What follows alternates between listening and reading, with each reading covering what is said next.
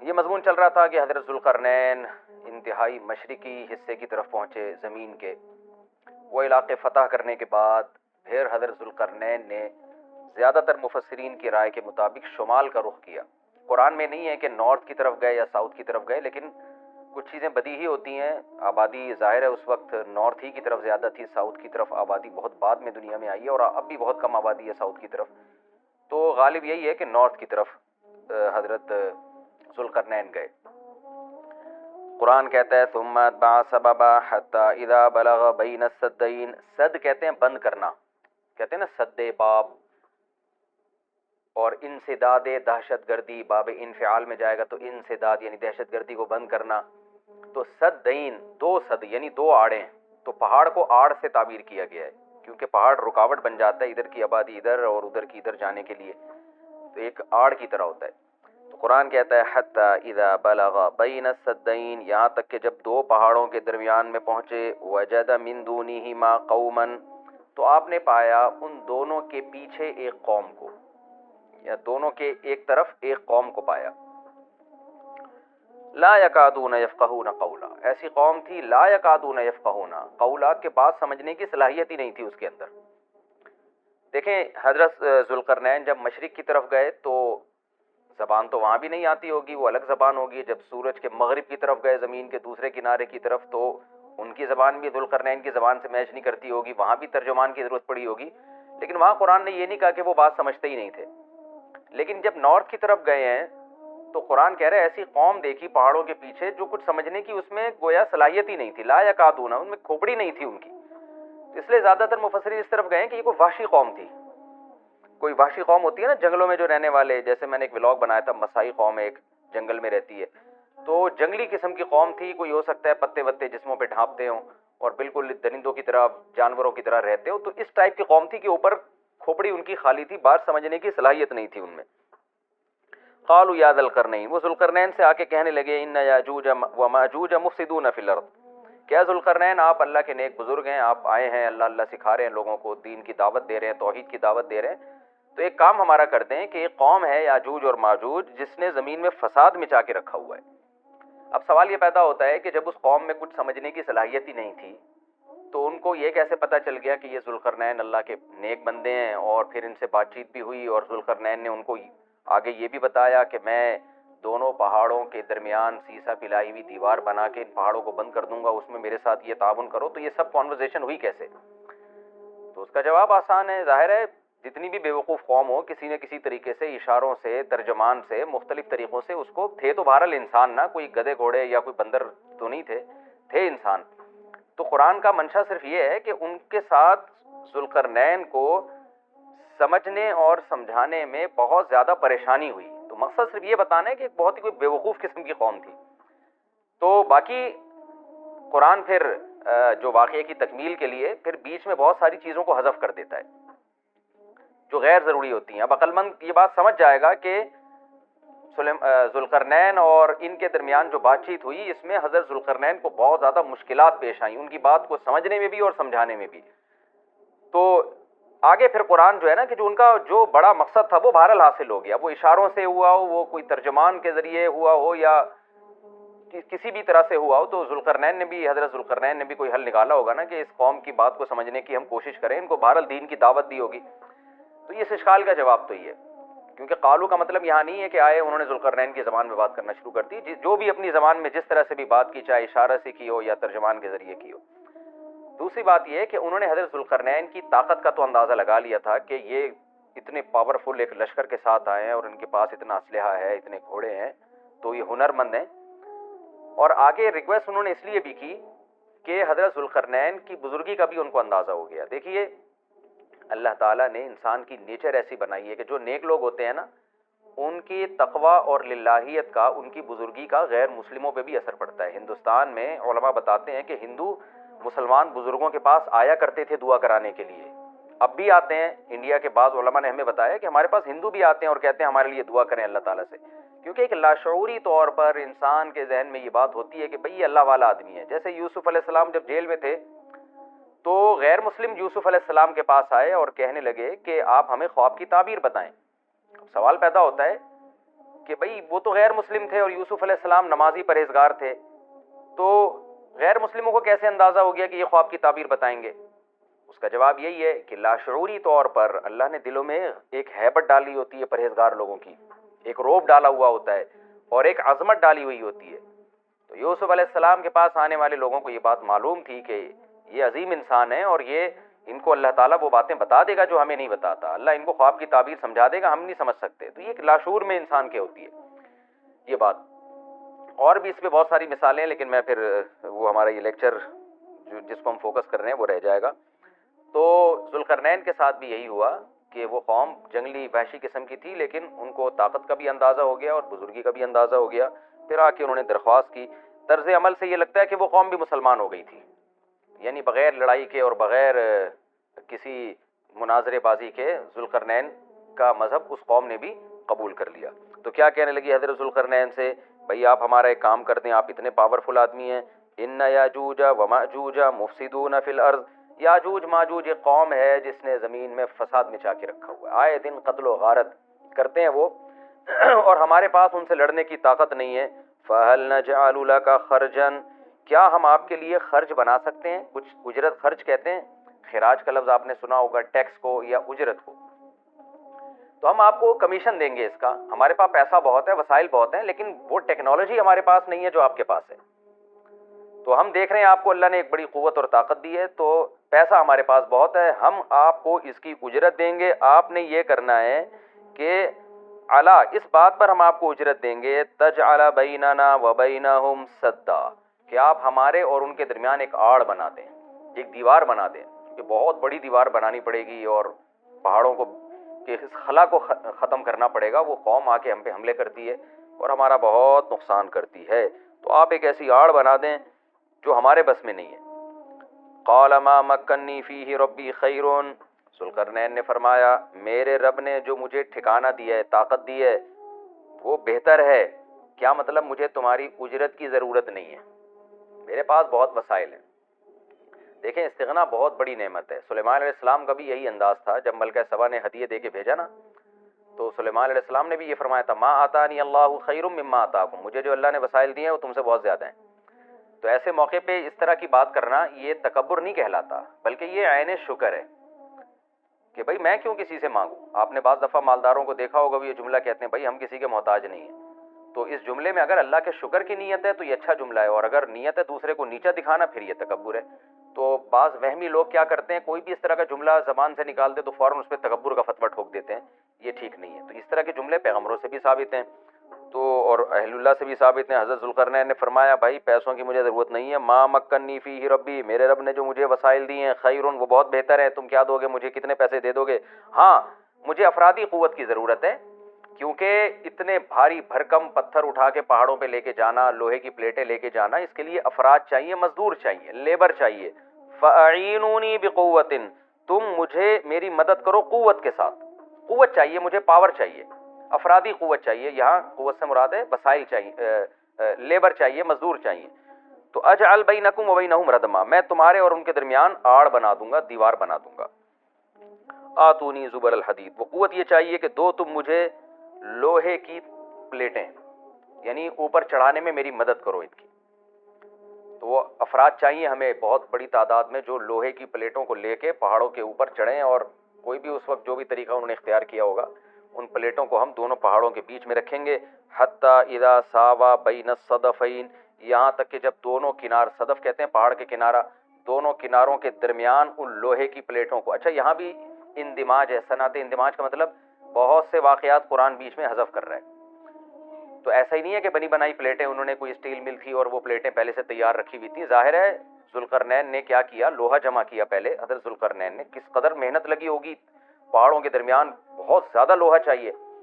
تو کہاں کہاں سے پتہ نہیں کتنے مہینے کا یہ پروسیس ہوگا، کتنے سال اس پروجیکٹ میں لگے ہوں گے، کہاں کہاں سے لوہا جمع کیا ہوگا. ہو سکتا ہے زمین میں کھدائی کا کام شروع کیا ہو پہلے کہ زمین سے لوہا نکالیں ہم، پھر اس لوہے کو گرم کر کے اس کو بھٹیوں میں گرم کر کے کیسے پلیٹوں کی شکل میں تبدیل کیا ہوگا. تو یہ کوئی آسان کام نہیں ہے، لیکن قرآن نے اس پورے واقعے کو حذف کر دیا اور مختصراً بیان کیا. آتونی زبر الحدید، جو لوہے کی پلیٹیں ہم نے تیار کی ہیں وہ لا کے دو. حتی اذا ساوا بین الصدفین، جب ان پلیٹوں کو دونوں پہاڑوں کے بیچ میں ایسے ایسے نصب کرنا شروع کر دیا، ایک پلیٹ آئے، پھر دوسری پلیٹ، پھر تیسری پلیٹ، یعنی اگر ایسے کر کے پلیٹ لگاتے تو یہ تو پلیٹ تو بہت ہلکی ہوتی، یاجوج ماجوج اس میں سوراخ کر دیتے یا کچھ بھی اس کو توڑ دیتے یا جلا دیتے، پگھلا دیتے بھٹی کے ذریعے، کچھ بھی کر سکتے تھے. تو پلیٹوں کو ایسے کر کے رکھا گیا کہ چوڑائی میں جو ہے وہ دیوار بنے. قال انفخوا، تو ذوالقرنین نے کہا اب ان میں آگ بھڑکاؤ. انفخوا کا مطلب پھونک مارنا ہے، لیکن یہاں پھونک سے بھٹی کی جو گرم کرنے کے لیے جو ہوا ڈالی جاتی ہے نا، جو جیسے آپ نے دیکھا ہوگا نا پرانے زمانے میں خواتین جو تھیں، وہ بوڑھی مائیں کیا کرتی تھیں، دادیاں، وہ ایک پائپ لے کے نا کوئلوں میں پھونک مارتی تھیں. اس سے کیا ہوتا ہے، وہ ٹیمپریچر بڑھتا ہے. آج بھی میں نے گاؤں دیہاتوں میں دیکھا ہے بھٹیوں میں کہ وہ ہوا کا پریشر بنانے کے لیے انہوں نے کچھ دیسی قسم کی مشینیں لگائی ہوئی ہوتی ہیں. ایک صاحب کو میں نے دیکھا وہ سائیکل کا پہیے پہ پتہ نہیں کون سی مشین لگائی ہوئی ہے، اس سائیکل گھمائے جا رہے ہیں، ادھر سے ہوا نکل رہی ہے اور وہ لوہا پگھلنا شروع ہو گیا. تو بھٹی میں جو پہلے زمانے میں ٹیمپریچر بڑھایا جاتا تھا وہ ہوا کا پریشر بڑھا کے ہی بڑھایا جاتا تھا، یا ہو سکتا ہے کوئی گیس ہو جس کا پریشر بڑھانے کو انفخو سے تعبیر کیا جا رہا ہے. حتیٰ اذا جعلہ نارن، یہاں تک کہ جب ان پلیٹوں کو بہت زیادہ گرم کر دیا اور آگ کی طرح وہ پلیٹیں بیچ میں نصب کر کے نا آگ کی طرح پگھلنے لگیں، پانی کی طرح وہ پگھلنے لگیں. تو قال آتونی افرغ علیہ قطرہ، جب وہ گرم ہو گئی نا بہت زیادہ تو پہلے سے تانبا پگھلا کے رکھا ہوا تھا. یہاں بھی وہی تفصیل ہے کہ حضرت ذوالقرنین نے جو اتنا زیادہ تانبا پگھلا کے پہلے سے بالکل وہ پانی کی طرح تانبا پگھلایا ہوا تھا. میں نے دیکھا ہے جو کاپر ہے پگھلتا ہوا بھٹیوں میں، مجھے تو ایسی چیزیں دیکھنے کا بڑا شوق ہے. تو وہ اتنا زیادہ اس کا ٹیمپریچر ہوتا ہے نا کہ ایسا لگتا ہے جیسے جہنم کی آگ ہے. اللہ ہم سب کو محفوظ رکھے. تو میں کبھی کبھار جب یہ آیت پڑھتا ہوں تو میں سوچتا ہوں کہ کتنا بڑی مقدار میں حضرت ذوالقرنین نے کہاں کہاں سے تانبا جمع کیا ہوگا، پھر اس کو کیسے اس زمانے میں جو صدیوں پرانی بات ہے جب ٹیکنالوجی نے اتنی ترقی نہیں کی تھی، اس کا تو اشیر اشیر بھی نہیں تھا، لیکن کیسے اس کو پگھلایا ہوگا انہوں نے حضرت ذوالقرنین نے. تو وہ کسی دیگڑے میں جناب اتنا زیادہ، پھر دیگ کہاں سے لائے ہوں گے، وہ دیگ تو خود پگھل جائے گی. اس کے لیے مخصوص قسم کی ایک کوئی میٹل ہوتا ہے کہ اس کا ٹیمپریچر اور تانبے کا ٹیمپریچر میں فرق ہوتا ہے کہ تانبا جس ٹیمپریچر پہ پگھلے گا تو اس دھات کو، تانبے کو جس دیگ میں ڈالا جائے وہ اس ٹیمپریچر پہ نہ پگھلتا ہو، یا کوئی پتھر کی دیگ ہوگی جو بھی ہوگا، لیکن بہرحال یہ ساری چیزیں محیر العقول ہیں. تو حضرت ذوالقرنین نے پہلے سے بہت بڑی مقدار میں تانبے کو پگھلا کے رکھا ہوا تھا. اب انہوں نے کہا کہ آتونی افرغ علیہ قطرہ، قطر کہتے ہیں تانبے کو. اب یہ جو ہے تو مجھے میں اب ان پلیٹوں کے اوپر جو گرمی سے جو پگھل رہی ہیں نا، ان کے اوپر تانبا ڈال دوں گا. یعنی تانبا ڈالنے کا مقصد کیا تھا کہ دونوں پلیٹوں کے درمیان جو خلا ہے وہ پر ہو جائے، اور پلیٹوں کو پگھلانے کا مقصد یہ تھا کہ پلیٹیں اور تانبا آپس میں مکس ہو جائیں، ایک یکجان ہو جائیں وہ. کیونکہ جب ایک چیز گرم کر کے دوسری گرم چیز کے ساتھ ملائی جاتی ہے نا تو وہ اس کے اجزاء ایک دوسرے میں داخل ہو جاتے ہیں اور وہ بالکل یکجان ہو جاتا ہے. تو آتونی افرغ علیہ قطرہ، دو مجھے یہ تانبا، میں اس کے اوپر انڈیل دوں گا. تو وہ دیگیں تانبے کی پگھلا کے پہاڑوں پہ چڑھایا گیا ان دیگوں کو، اور پھر وہ لوہے کی پلیٹوں کے بیچ میں جو خلا تھا نا، ان خلا میں وہ تانبے کا جو پگھلا ہوا تانبا تھا پانی کی شکل میں، اس پگھلے ہوئے تانبے کو ڈال دیا گیا. تو وہ یکجان ہو کر ایک بہت مضبوط آہنی دیوار بن گئی. فَمَا اسْطَاعُوا أَن يَظْهَرُوهُ، اب یاجوج ماجوج میں اس کی استطاعت نہیں رہی کہ اس پہ چڑھ سکیں. وَمَا اسْتَطَاعُوا لَهُ نَقْبًا، اور اس دیوار میں نقب کی استطاعت بھی نہیں رہی. کتنا لمبا سوراخ کریں گے اس کو کھود کے، یہ بھی ان کے لیے ممکن نہیں رہا. جب اتنا زبردست پروجیکٹ چند مہینوں میں یا چند سالوں میں مکمل ہوا یا چند دنوں میں، اس کی حقیقت اللہ ہی جانتا ہے، لیکن یہ بہت بڑا پروجیکٹ تھا، بہت ایک شاندار کام تھا جو شاید اس زمانے میں بہت مشکل ہو. تو اس زمانے میں آپ سوچیں کہ کتنا مشکل ہوگا، لیکن ذوالقرنین نے جب اس پروجیکٹ کو مکمل کیا، قال ھذا رحمۃ من ربی، وہی بات، تکبر نہیں کیا کہ میرا کمال ہے، دیکھا اور پھر شو بازی شروع کی ہو، نا نا نا نا نا، ھذا رحمۃ من ربی، یہ میری رب کی طرف سے رحمت ہے. دیکھیں سلیمان علیہ السلام بھی یہی الفاظ تھے نا جب تخت سامنے آ گیا، ھذا من فضل ربی، یہ میرے رب کا فضل ہے. تو انبیاء اور نیک لوگ اللہ ان سے جب بھی کوئی عجیب کام لیتا ہے تو فوراً اللہ کی طرف نسبت کرتے ہیں. پھر وہ دنیا کی بے ثباتی بھی دکھاتے ہیں کہ انہی چیزوں میں پڑھ کے نہ رہ جانا. فوراً ذوالقرنین نے کیا کہا، فَإِذَا جَاءَ وَعْدُ رَبِّي، جب میرے رب کا وعدہ آئے گا نا، جَعَلَهُ دَكَّا، اللہ اس کو توڑ تاڑ دے گا. مطلب یہ دنیا کی ترقی ہے، یہ ہے فنا ہونے والی، دل لگانے کی چیز نہیں ہے.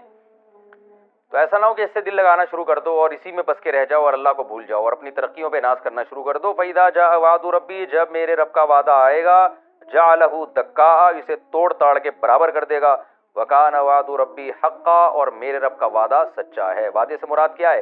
دونوں مراد ہو سکتے ہیں، یا تو قیامت مراد ہو سکتی ہے کہ قیامت میں سب چیزیں ہی ٹوٹ جائیں گی، یا جو احادیث میں آیا ہے کہ جب یاجوج ماجوج قرب قیامت میں ظاہر ہوں گے تو وہ دیوار ختم ہو جائے گی، یا تو وہ مراد ہے. وَتَرَكْنَا بَعْضَهُمْ يَوْمَئِذٍ يَمُوجُ فِي بَعْضٍ، اور ہم ان میں سے بعض کو، یعنی جو یاجوج ماجوج ہیں ان میں سے بعض کو، یومئذ، جس دن ایسا ہوگا، جس دن اللہ کا وعدہ آئے گا اور یہ دیوار ٹوٹے گی، یموج فی بعض، ہم ان کو ایسا کر دیں گے کہ یہ ایک دوسرے میں گھس رہے ہوں گے. یہ مضمون احادیث میں آیا ہے. دیکھیں قرآن میں اور احادیث صحیحہ میں جو یاجوج ماجوج اور اس دیوار کا ہمیں ملتا ہے نا، میں صرف اس کو آپ کے سامنے بیان کروں گا، باقی اس بارے میں ڈیٹیل میں آپ جائیں گے تو بہت کچھ آپ کو انٹرنیٹ پہ بھی مل جائے گا، مفسرین کی کتابوں میں بھی مل جائے گا، اور لوگوں کی اپنی اپنی تحقیقات ہیں، اپنے اپنے تبصرے ہیں. نہ میں ان تبصروں کو صحیح کہہ رہا ہوں نہ غلط کہہ رہا ہوں، کتابیں بھری ہوئی ہیں، وہ آپ جائیں پڑھیں اس کو. لیکن جتنی بات قرآن سے اور صحیح احادیث سے یاجوج ماجوج کے بارے میں ثابت ہوتی ہے، میں صرف اس کو آپ کے سامنے ابھی پیش کر رہا ہوں. پہلا عقیدہ تو یہ ثابت ہوتا ہے کہ یاجوج ماجوج ایک قوم ہے، انسان ہے، وہ کوئی انسانوں کے علاوہ کوئی الگ مخلوق نہیں ہے، لیکن ہیں بڑے فسادی.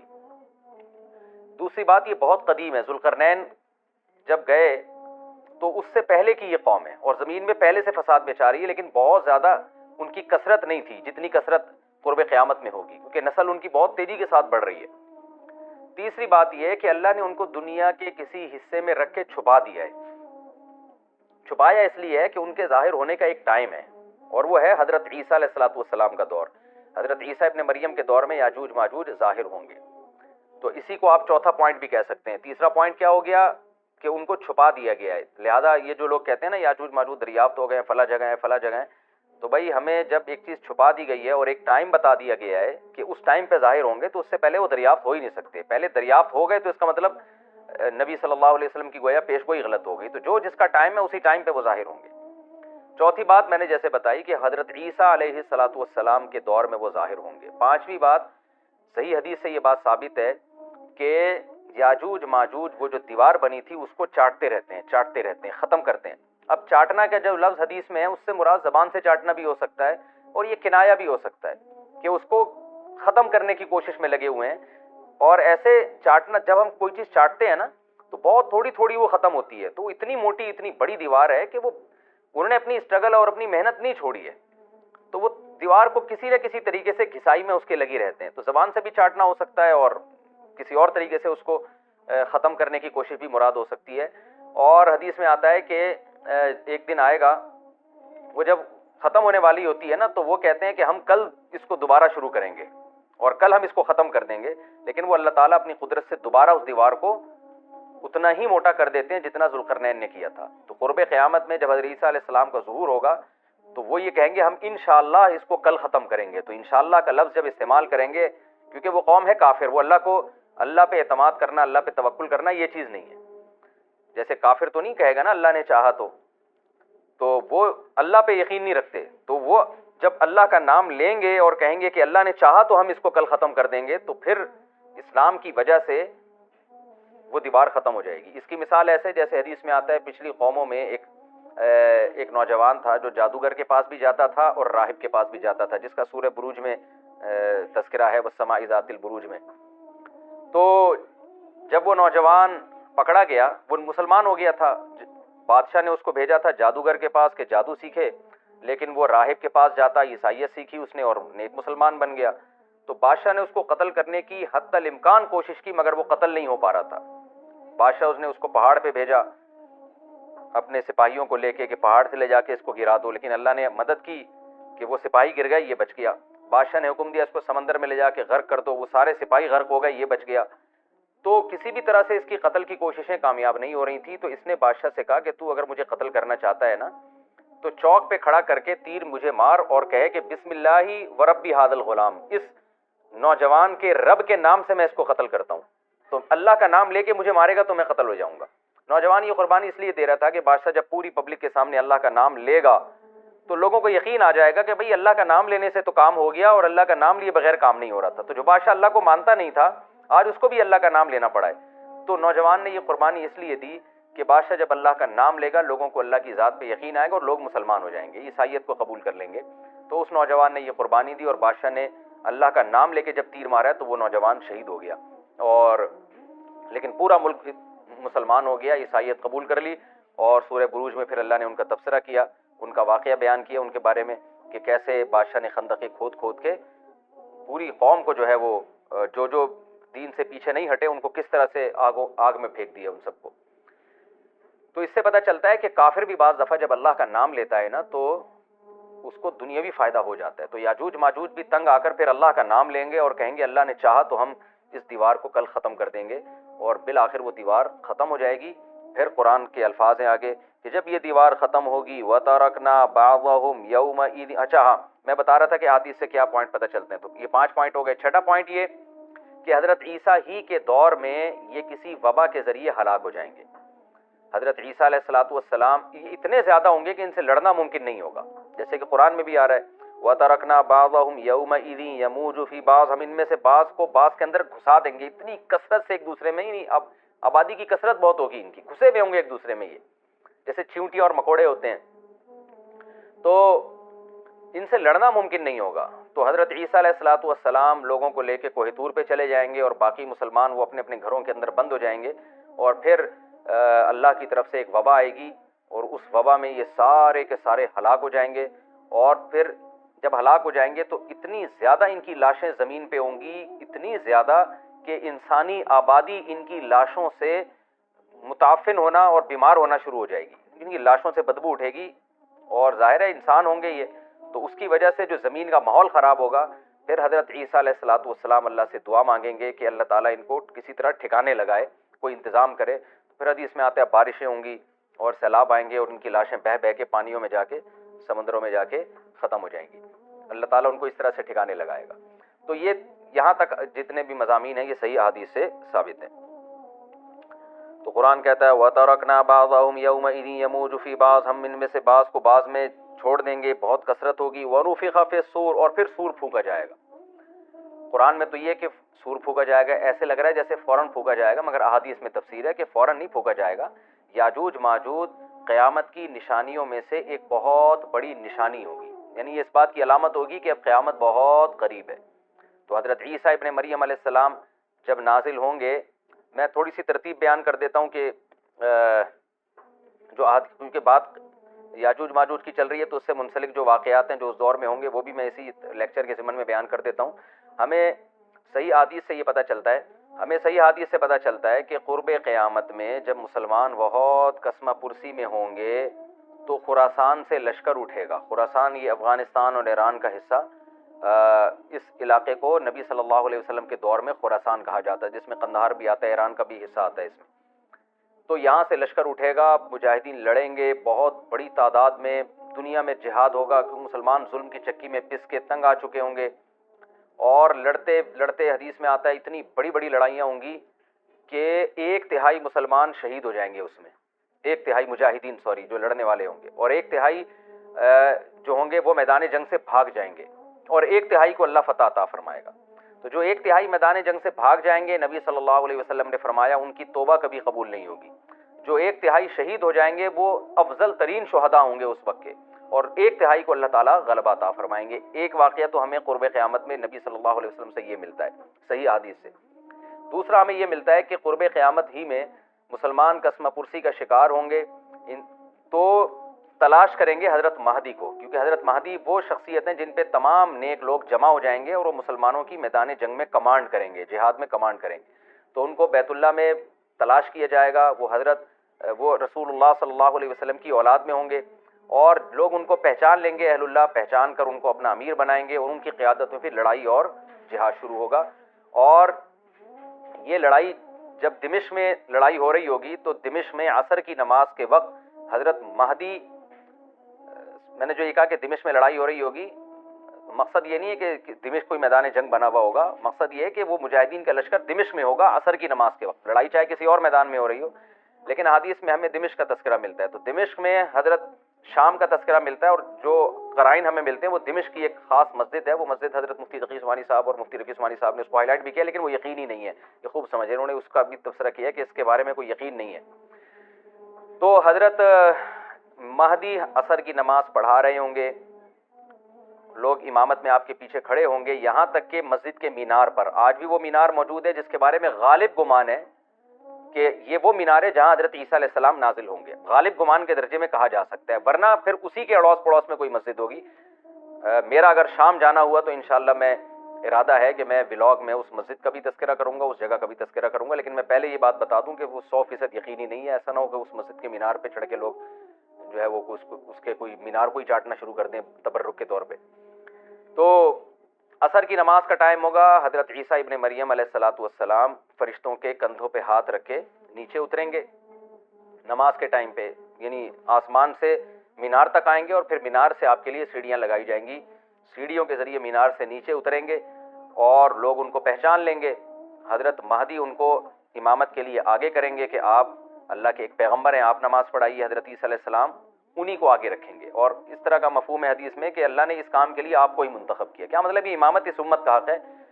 تو حضرت عیسیٰ ابن مریم علیہ الصلوۃ والسلام کا جو کام ہوگا وہ جہاد ہے، اور یہودیوں سے انتقام لینا، کیونکہ یہودیوں نے اپنے خیال میں حضرت عیسیٰ کو قتل کیا تھا، تو اللہ نے یہودیت ہی کے خاتمے کے لیے اور دجال کے خاتمے کے لیے عیسیٰ ابن مریم کو نازل کیا ہے۔ حضرت مہدی سے پہلے ہی دجال ظاہر ہو چکا ہوگا۔ دجال کے بارے میں حدیث میں آتا ہے کہ ہر پیغمبر نے اپنی امت کو دجال کے فتنے سے ڈرایا ہے۔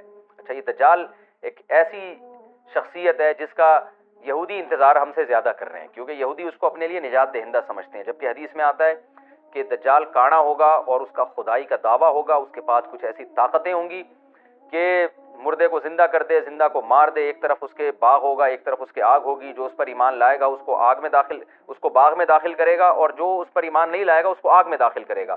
اور رسول اللہ صلی اللہ علیہ وسلم نے فرمایا اس کی جو آگ ہے حقیقت میں وہ جنت کا باغ ہوگا، اور اس کا جو باغ ہے حقیقت میں وہ جہنم کی آگ ہوگی۔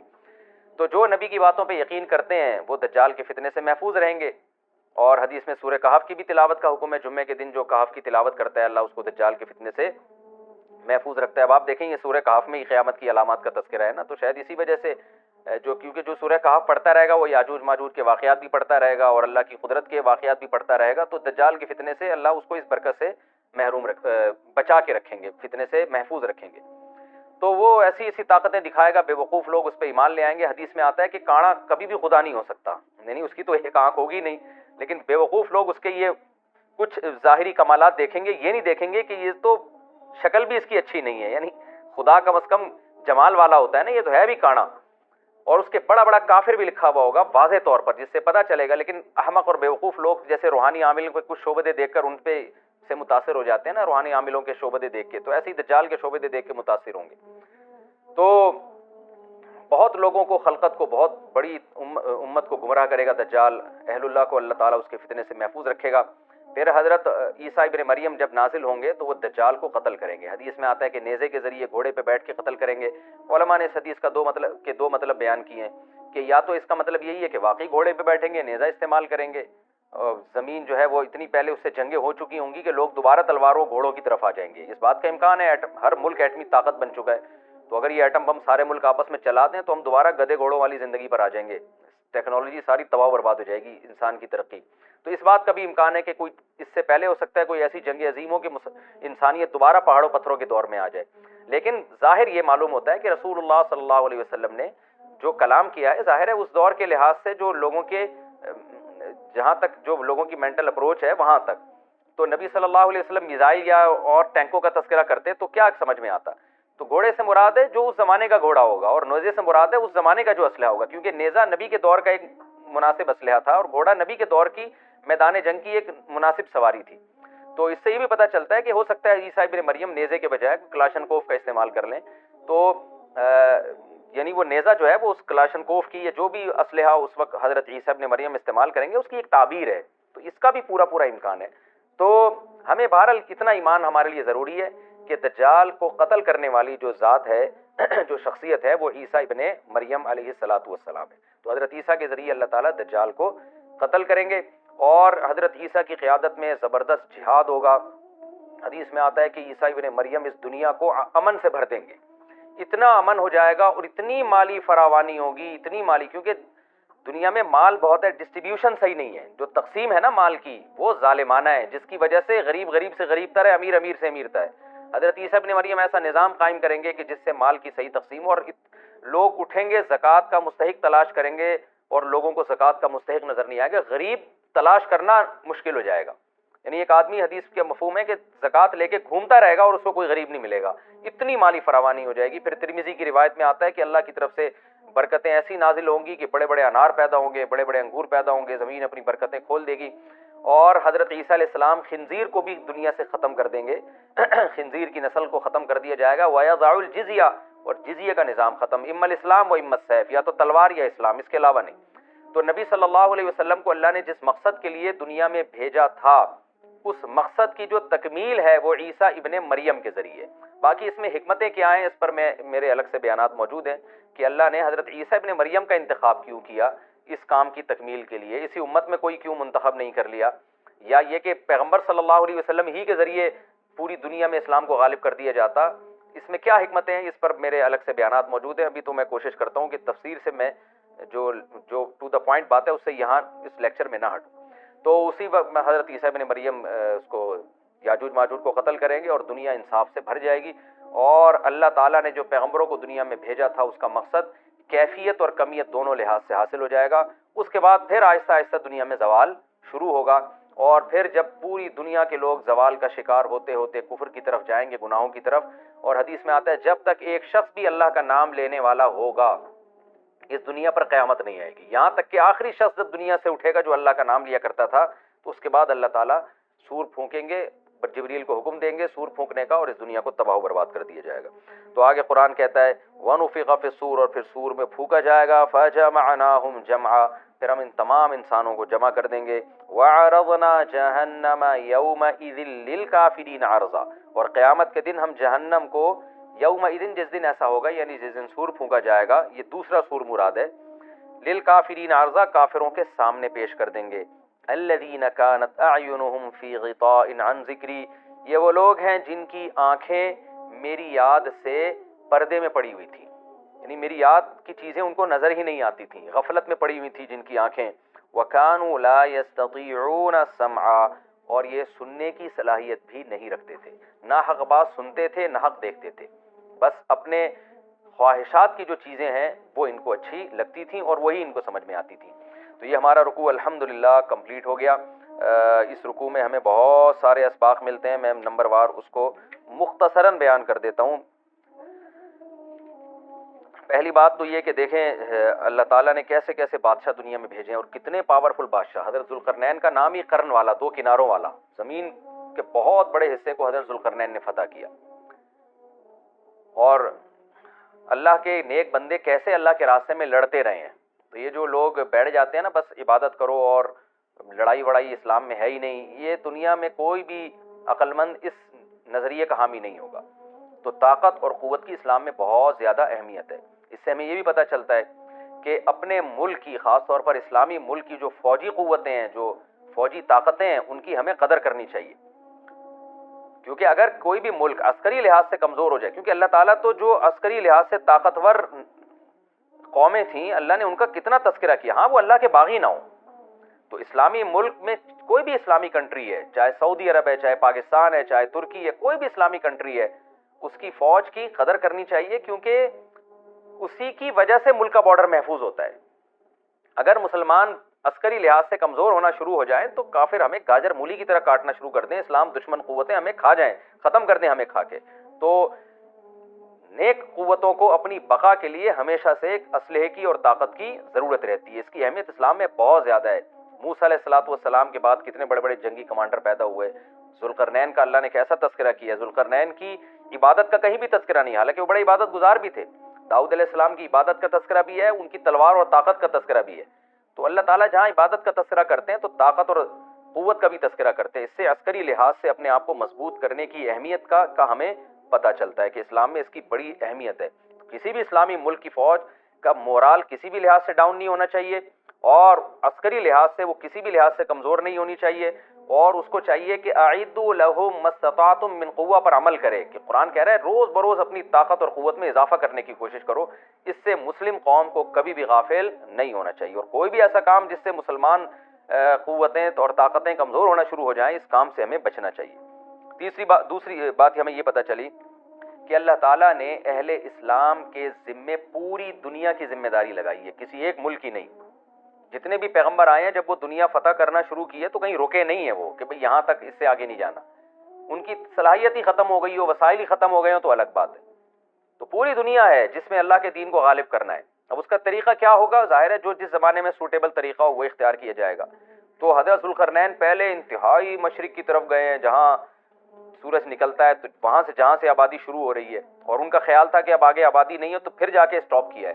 مغرب میں بھی ایسے ہی، شمال میں بھی ایسے ہی.